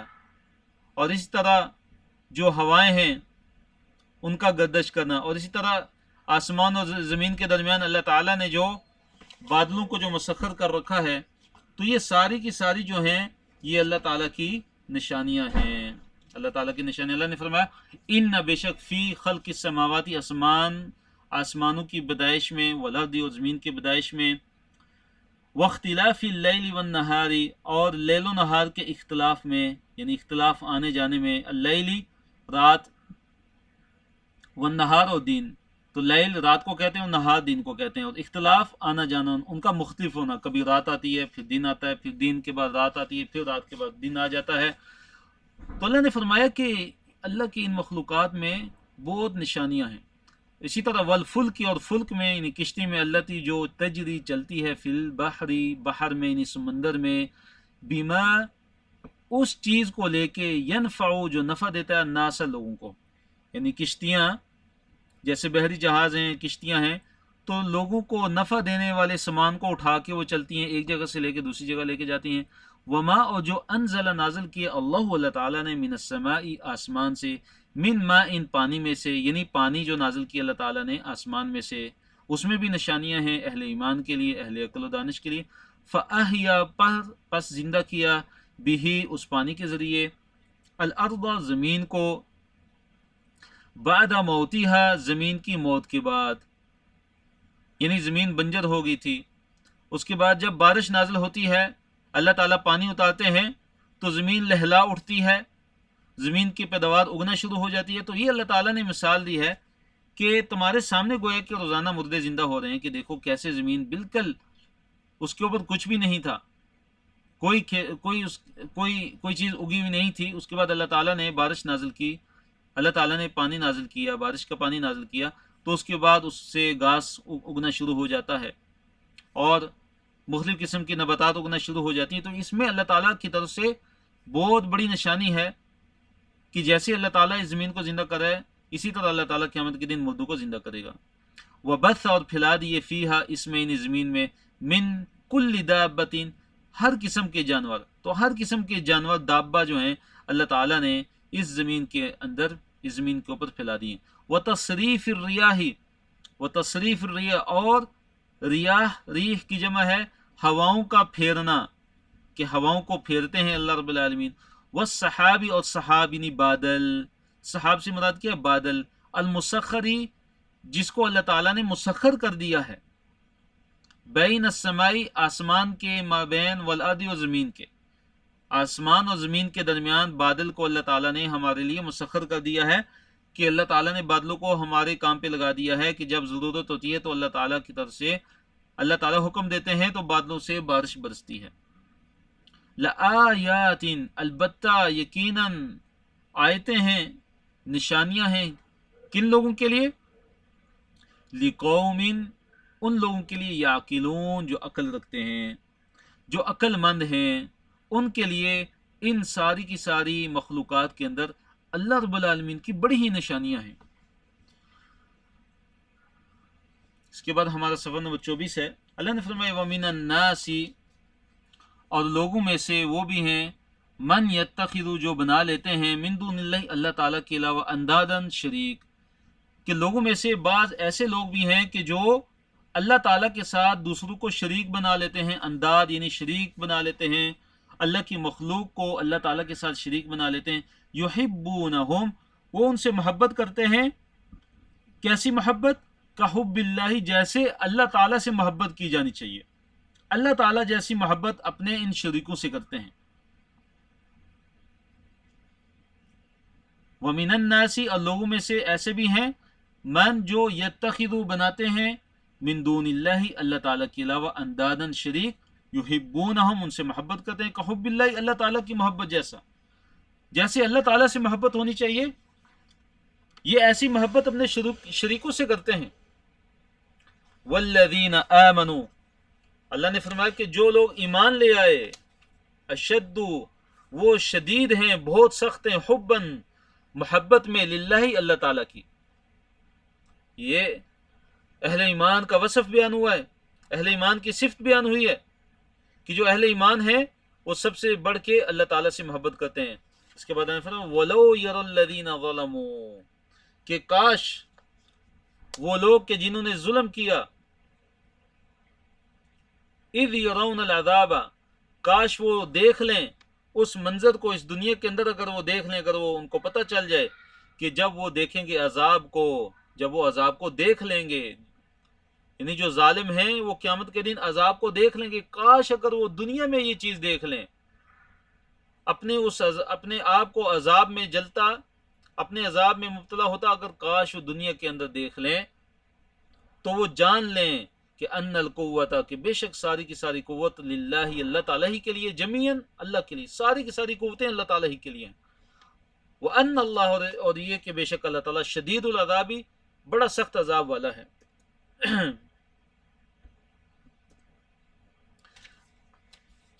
اس کے بعد اللہ تعالیٰ نے فرمایا کہ عذاب کو دیکھ کر جو پیشوا ہوں گے وہ اپنے پیروی کرنے والوں، اپنے مریدوں سے برات کا اظہار کر دیں گے. جیسے دنیا کے اندر یہ مرید اور یہ پیروی کرنے والے، پیچھے لگنے والے اپنے بڑوں کے، اپنے لیڈروں کے، ان کے پیچھے پڑے رہتے تھے، اور جو بڑے ہوتے تھے، جو بڑے تھے دنیا کے اندر، اپنے ان چھوٹوں کو اپنے پیچھے لگا کے رکھتے تھے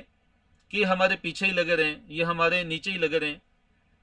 اور ان کو وہ غلط گائیڈ کرتے تھے. لیکن جب قیامت کا دن ہوگا تو یہ جو لیڈر ہوں گے، یہ جو بڑے ہوں گے، یہ اپنی پیروی کرنے والوں سے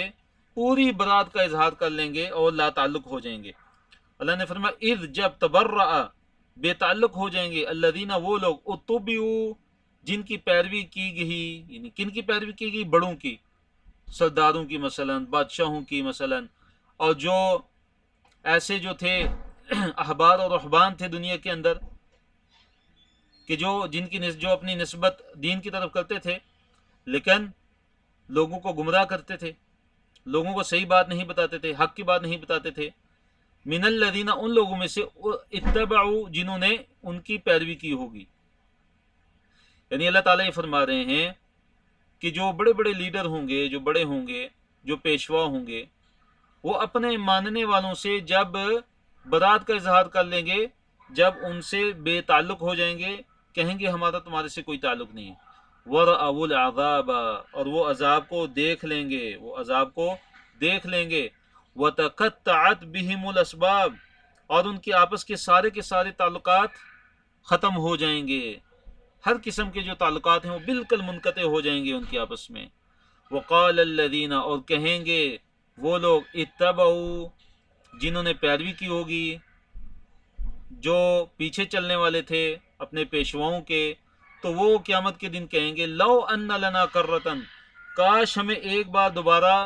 ہمیں ایک موقع مل جائے کہ دوبارہ ہم دنیا کے اندر چلے جائیں. فنتبرأ منہم، تو کاش ہم دنیا کے اندر ایک دفعہ ہم چلے جائیں تو ہم بھی دنیا کے اندر ان سے برات کا اظہار کریں، اپنے ان پیشواؤں سے کہ جن کی ہم اتباع اور پیروی میں لگے ہوئے تھے، جن کی ہم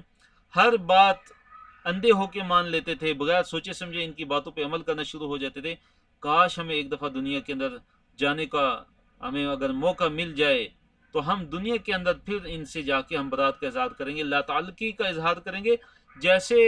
یہ قیامت کے دن ہمارے ساتھ ہم سے لا تعلقی کا اظہار کر رہے ہیں. کما تبرؤوا منا، جیسے کہ انہوں نے ہم سے لا تعلقی کا اظہار کیا قیامت کے دن نہیں.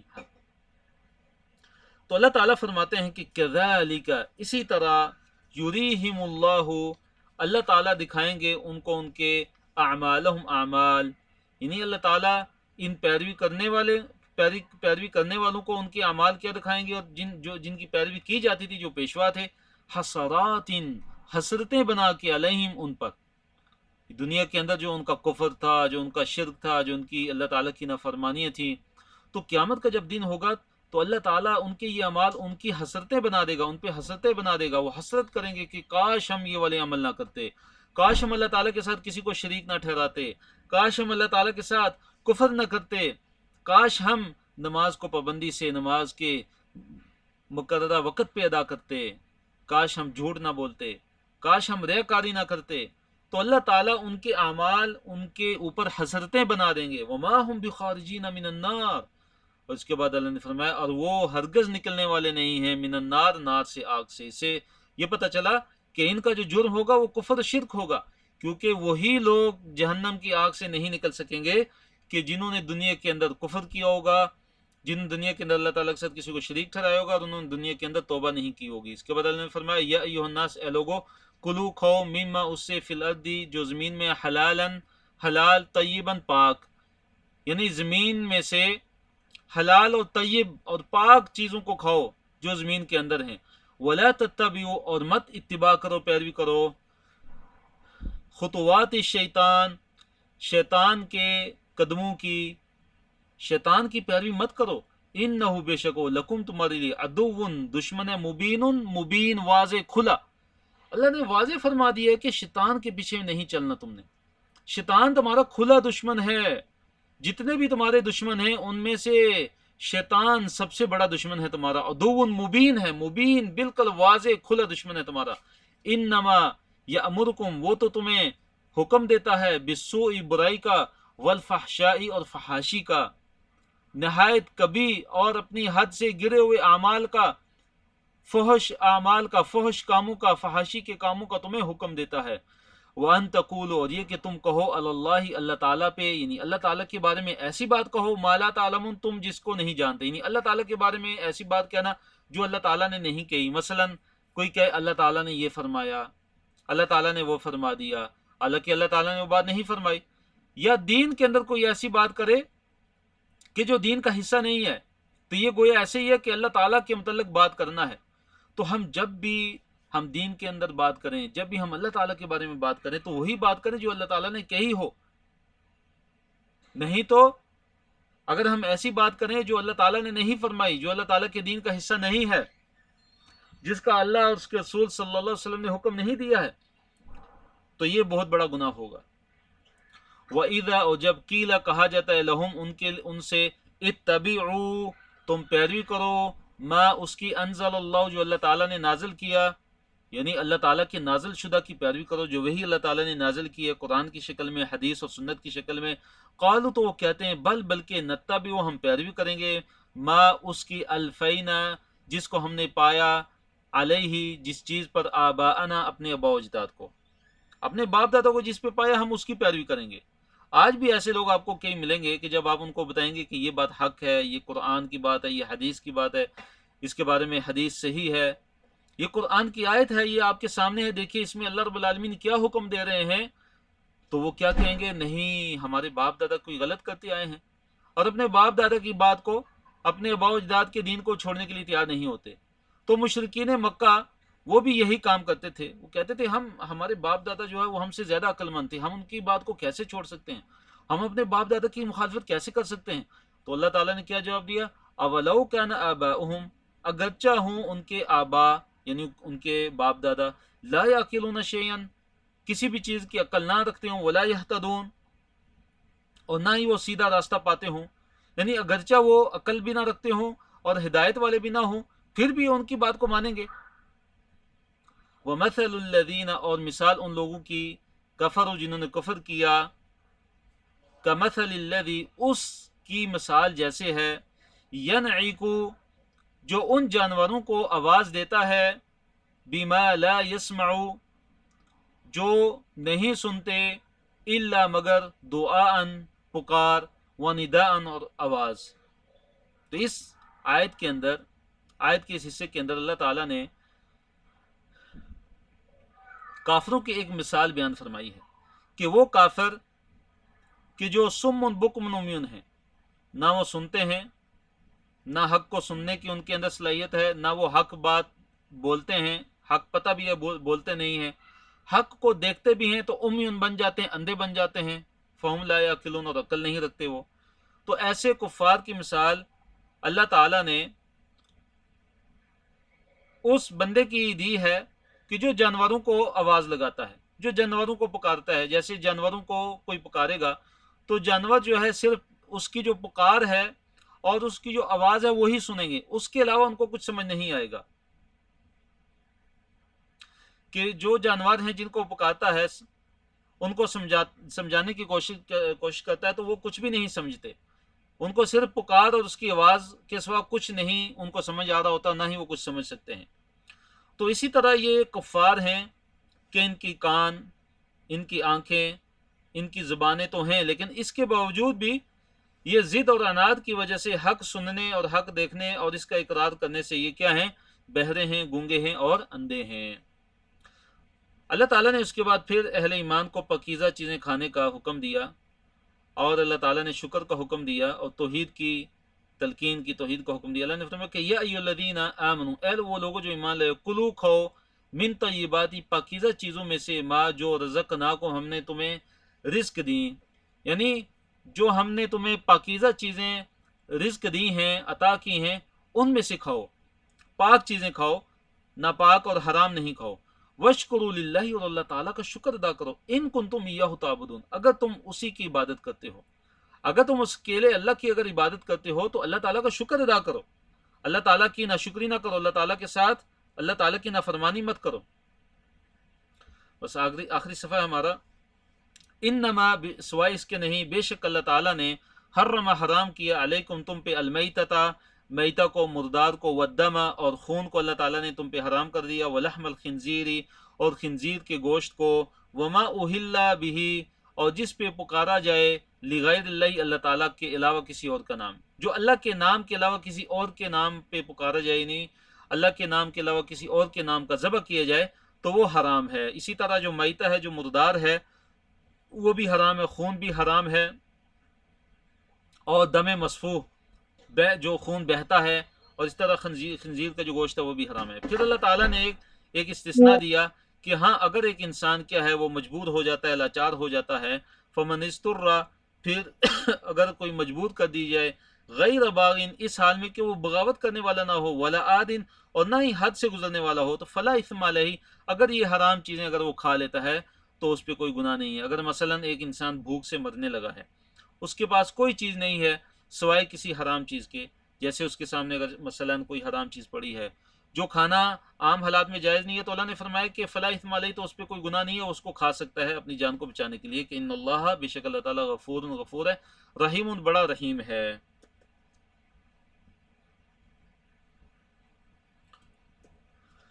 جی،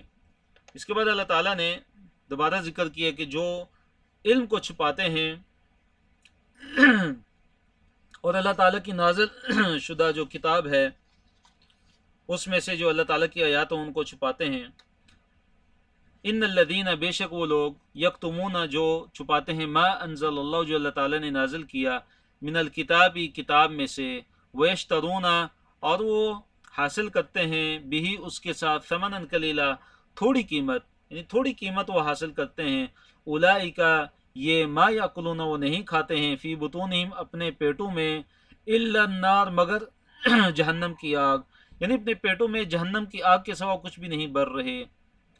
ولا یکلمہم اللہ یوم القیامہ، ولا یکلمہم اور نہیں کلام کرے گا ان سے، اللہ یوم القیامت، قیامت کے دن، ولا یزکیہم اور نہ ہی اللہ تعالیٰ انہیں پاک کرے گا، ولہم اور ان کے لیے عذاب ہے، علیم دردناک. تو اس میں اللہ تعالیٰ نے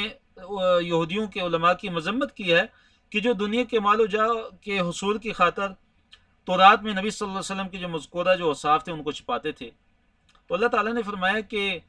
یہ جو دنیا کا مال و متاع سمیٹ رہے ہیں، یہ حاصل کر رہے ہیں، یہ اپنے پیٹوں میں جہنم کی آگ کے سوا اور کچھ نہیں بھر رہے، اور قیامت کے دن اللہ تعالیٰ نہ ان سے کلام کرے گا، یعنی اللہ تعالیٰ ناراض ہوگا. جو کلام اگر ان سے ہوگا بھی وہ ناراضگی کی حالت میں ہوگا، اللہ تعالیٰ خوشی سے راضی ہو کہ ان سے کوئی کلام نہیں فرمائیں گے. اولئک الذین، یہی وہ لوگ ہیں، اشتروا جنہوں نے خرید لیا الضلالۃ گمراہی کو، بالہدی ہدایت کے بدلے، یعنی یہ وہ ایسے لوگ ہیں جو حق کو چھپاتے ہیں، ایسے لوگ ہیں کہ جنہوں نے ہدایت کے بدلے گمراہی کو خریدا، والعذاب بالمغفرہ، اور مغفرت کے بدلے عذاب کو خرید لیا، فما اصبرہم علی النار، فما اصبرہم، سو وہ کتنے صبر کرنے والے ہیں، علی النار، آگ پر، یعنی آگ پر کتنے صبر کرنے والے ہیں، ان کو بڑا صبر ہے دنیا کے اندر، یہ اتنا کفر اور اتنا شرک اور اتنی منافقت، اور اللہ تعالیٰ کی آیات کو چھپاتے ہیں اور حرام سے اپنے پیٹوں کو بچتے ہیں اور اللہ تعالیٰ کے انبیاء کو قتل کرتے ہیں، فما اصبرہم علی النار، تو اس آگ پر کتنے صبر کرنے والے ہیں، ذالک، یہ اس لیے کہ بأن اللہ، کہ بے شک اللہ تعالیٰ نے نزل الکتاب، کتاب کو نازل کیا، بالحق کی حق کے ساتھ، وإن الذین، اور بے شک وہ لوگ، اختلفوا، جنہوں نے اختلاف کیا، فی الکتاب، کتاب میں، یعنی قرآن کے اندر جن لوگوں نے اختلاف کیا، کہ کسی نے کہا کہ یہ وہ قرآن نہیں ہے کہ جس کی تورات میں پیشین گوئی ہے، اور کسی نے کہا کہ یہ قرآن تو صرف ان عربوں کے لیے آیا ہے، ہم اس پر ایمان نہیں لاتے، تو اس طرح انہوں نے اللہ تعالیٰ کی کتاب سے مراد یہاں قرآن ہے، قرآن کے اندر انہوں نے اختلاف کیا۔ اللہ نے فرمایا کہ اتنے واضح دلائل آ جانے کے بعد پھر بھی اختلاف کر رہے ہیں، تو لفی شقاق بعید، یہ دور کی مخالفت میں پڑے ہوئے ہیں، یہ ان کی صرف مخالفت ہے اور ان کی ضد ہے اور ہٹ درمی ہے۔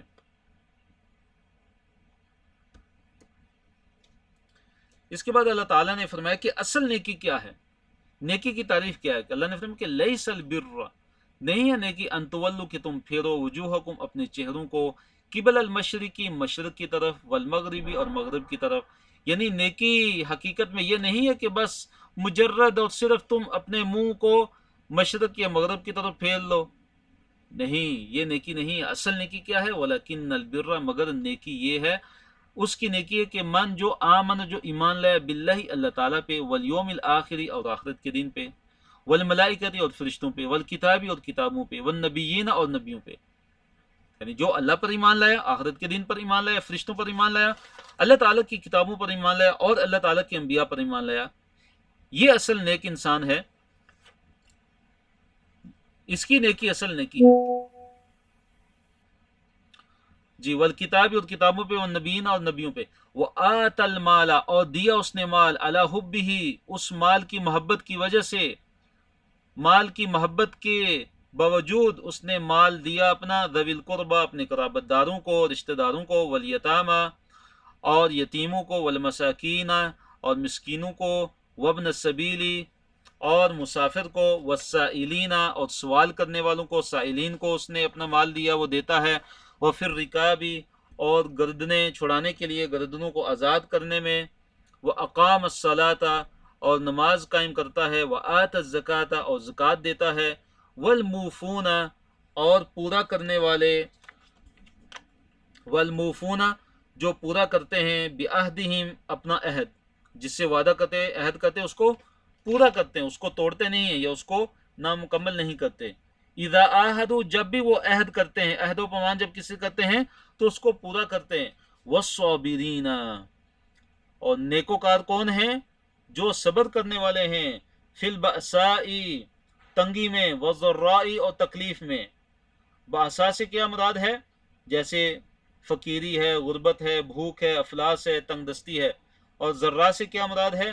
جو انسان کو تکالیف پہنچتی ہیں، مثلا بیماری ہے، وحین البأس، اور لڑائی کے وقت جو صبر کرتے ہیں، جب جنگ ہوتی ہے، جب جہاد ہوتا ہے، اس موقع پہ بھی صبر کرتے ہیں۔ اللہ نے فرمایا اولئک، یہ لوگ، الذین، وہ ہیں جنہوں نے، صدقوا، سچ بولا، جنہوں نے اللہ تعالیٰ کے ساتھ سچ بولا، جو سچے ہیں، واولئک، اور یہ لوگ، هم المتقون، یہی متقی ہیں۔ تو اس آیت میں اللہ تعالیٰ نے جو اہل تقوی ہیں، اللہ تعالیٰ سے ڈرنے والے ہیں، ان کی صفات کو بیان فرمایا کہ اللہ تعالیٰ سے ڈرنے والے، جو بر، یعنی جو نیکی والے ہیں، جو اہل ایمان، جو نیکی کے اندر کامل ہیں، اور جو اللہ تعالیٰ کا تقوی رکھتے ہیں، وہ کون ہیں، کہ جو اللہ تعالیٰ پر ایمان لاتے ہیں، قیامت کے دن پر ایمان لاتے ہیں، فرشتوں پر ایمان لاتے ہیں، کتابوں پر ایمان لاتے ہیں، اور اللہ تعالیٰ کے نبیوں پر ایمان لاتے ہیں، اور اسی طرح اپنے مال کو، اپنے مال کی محبت کے باوجود وہ خرچ کرتے ہیں، قرابت داروں میں، رشتہ داروں میں، یتیموں کو دیتے ہیں، مسکینوں کے اندر خرچ کرتے ہیں، مسافروں کے اندر اپنے پیسے کو خرچ کرتے ہیں، اور جو سائل ہوتے ہیں ان سے مانگنے والے ان کو بھی دیتے ہیں اپنے مال میں سے، اور اس طرح گردنوں کو چھڑانے میں بھی وہ اپنے مال کو خرچ کرتے ہیں، اور نماز کو قائم کرتے ہیں، زکوٰۃ دیتے ہیں، اور جب اپنا کسی سے عہد کرتے ہیں، عہد و پیمان کرتے ہیں تو اپنے عہد و پیمان کو پورا کرتے ہیں، اور اسی طرح مشکلات میں، تنگی میں، تکالیف میں صبر کرنے والے ہیں، اور اسی طرح جب لڑائی کا وقت ہوتا ہے، جب جنگ کا وقت ہوتا ہے، جب کفار سے جہاد کا وقت ہوتا ہے تو اس وقت بھی وہ صبر کرتے ہیں۔ اللہ نے فرمایا کہ یہی سچے لوگ ہیں، اولئک الذین صدقوا، یہ سچے لوگ ہیں، واولئک هم المتقون، اور یہی تقوی والے ہیں۔ تو الحمدللہ ہمارا آج کا سبق یہاں پہ ختم ہوا۔ تو انشاءاللہ آپ نے روزانہ کا سبق انشاءاللہ دہرانا ہے، اور ساتھ ساتھ Recording نوٹس بھی stopped. لکھنے ہیں انشاءاللہ، اور اسی طرح جو آپ پڑھتے جاتے ہیں اس کو آپ اچھی طرح روین کیجئے، بار بار پڑھیے، اور اللہ تعالیٰ کی کتاب پہ غور و فکر کیجئے اور تدبر کیجئے۔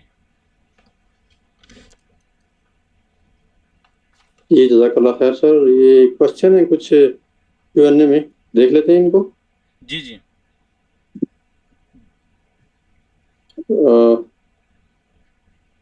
چیک کر سکتے ہیں خود ہی یا میں بولوں؟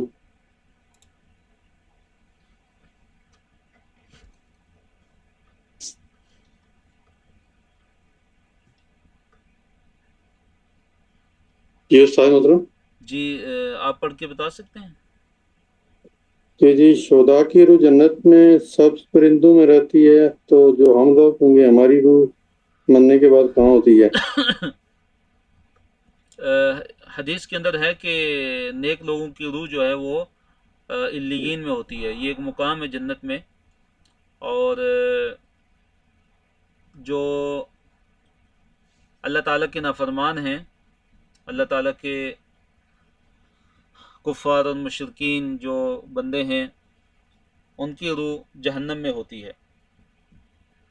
اور سجین میں ہوتی ہے۔ سجین ایک مقام ہے جو 7 زمینوں کے نیچے کہتے ہیں، تو ان کے اندر ان کی روح ہوتی ہے۔ جی فرض اور واجب میں کیا فرق ہے؟ جی فرض اور واجب میں کوئی فرق نہیں ہے، ایک ہی معنی میں، محدثین کے نزدیک ایک ہی معنی میں لیا جاتا ہے،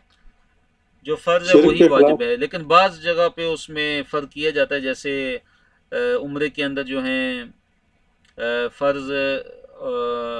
رکن ہوتے ہیں اور واجبات اور ہیں، واجب چھوڑنے پہ صرف دم ہوتا ہے، دم دیں گے تو وہ عمرہ مکمل ہو جائے گا مثال کے طور پہ، لیکن جو چیز فرض ہے رکن ہے اس کے بغیر عمرہ نہیں ہوگا۔ تو عمومی طور پہ جو ہے فرض اور واجب میں فرق نہیں ہے، بعض جگہوں پہ ان دونوں میں فرق کیا جاتا ہے۔ شرک کے خلاف بولنا جہاد میں آتا ہے؟ کس کے خلاف؟ شرک کے خلاف، شرک کے خلاف، شرک۔ جی دیکھیے جو شرک ہے، یعنی شرک کے خلاف ایک انسان اگر بولتا ہے تو وہ یعنی علمی جہاد کر رہا ہے نا، دعوتی جہاد اس میدان کے اندر۔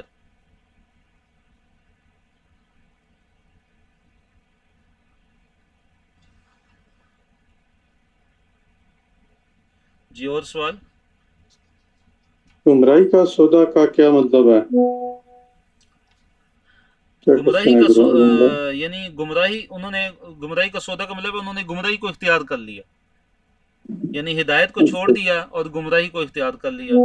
یہ مراد ہے ان۔ ہم کن کن لوگوں کو شہید کہہ سکتے ہیں اکارڈنگ ٹو حدیث؟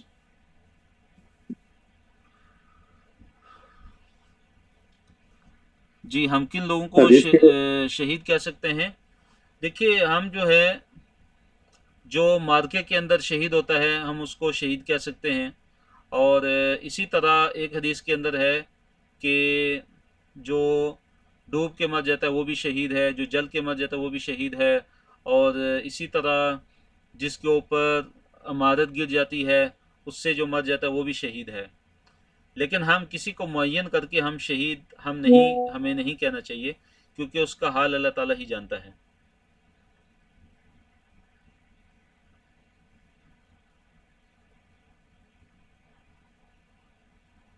قبلہ کی طرف پاؤں کرنا گناہ ہے؟ جی قبلے کی طرف پاؤں کرنے کی کوئی ممانت نہیں ہے کسی حدیث کے اندر، واللہ عالم کوئی ممانت نہیں ہے، منع نہیں ہے کہیں، یا اس کو حرام نہیں کہہ سکتے۔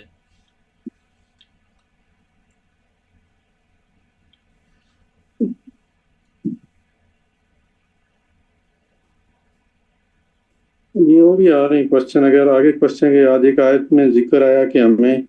نماز اور قرآن سے مدد لینی چاہیے، لیکن بہت سے لوگ یہ بولتے کہ ہم پیر اور فقیر کا واسطہ دے کر مدد لیتے ہیں، یہ تو شرک ہے نا، کیا وہ نہیں وہ صحیح ہے؟ نہیں نہیں وہ صحیح نہیں ہے، کیونکہ نماز اور قرآن سے مدد لینے کا مطلب اللہ تعالیٰ سے مدد لینا ہے ڈائریکٹ۔ اس کا مطلب ہے کہ ڈائریکٹ ہم اللہ تعالیٰ ہی سے مدد لے رہے ہیں کہ اللہ تعالیٰ ہماری مدد کرتے ہیں۔ جب آپ نماز پڑھیں گے تو آپ اللہ تعالیٰ سے اس میں دعا کریں گے، آپ اللہ تعالیٰ کی عبادت کریں گے۔ اسی جی طرح جب آپ اور صبر کریں گے تو جی شیطان کیسے حکم کرتا ہے برائی کا؟ شیطان جو ہے مزین کرتا ہے، خوشنما بنا کے برے اعمال کو اچھا بنا کے پیش کرتا ہے، تو انسان کو وقتی طور پہ لگتا ہے کہ یہ بہت اچھا عمل ہے، حالانکہ اس کو پتہ ہوتا ہے کہ یہ حرام ہے، یہ جائز نہیں ہے اگر وہ مسلمان ہے مثلا۔ اسی طرح جو کفار ہیں ان کو بھی شیطان ان کے جو برے عمل ہیں، جو شرک ہے، جو کفر ہے، تو ان کے برے اعمال کو وہ انتہائی مزین کر کے پیش کرتا ہے۔ تو یہ اس سے مراد ہے کہ شیطان ان کو حکم دیتا ہے، یعنی ان کے سامنے وہ لے کے آتا ہے، وسوسے ڈالتا ہے، وسوسہ ڈالتا ہے کہ یہ عمل بڑا اچھا ہے۔ جی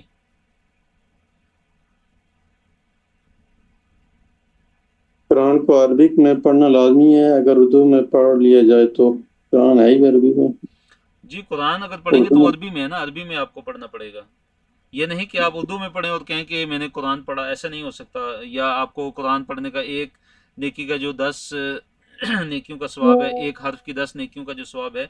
وہ جب آپ قرآن پڑھیں گے اسی پہ ملے گا۔ ہاں اگر آپ ترجمہ پڑھتے ہیں قرآن کا یا آپ قرآن کی تفسیر کا مطالعہ کرتے ہیں تو یہ ایک علیحدہ ایک نیک عمل آپ کہیں گے کہ اس پہ ثواب مل سکتا ہے، ثواب ملتا ہے اس پہ۔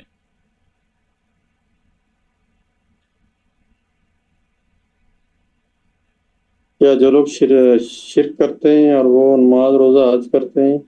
تو وہ کیا ان کی یہ عبادات قبول ہوں گی؟ نہیں،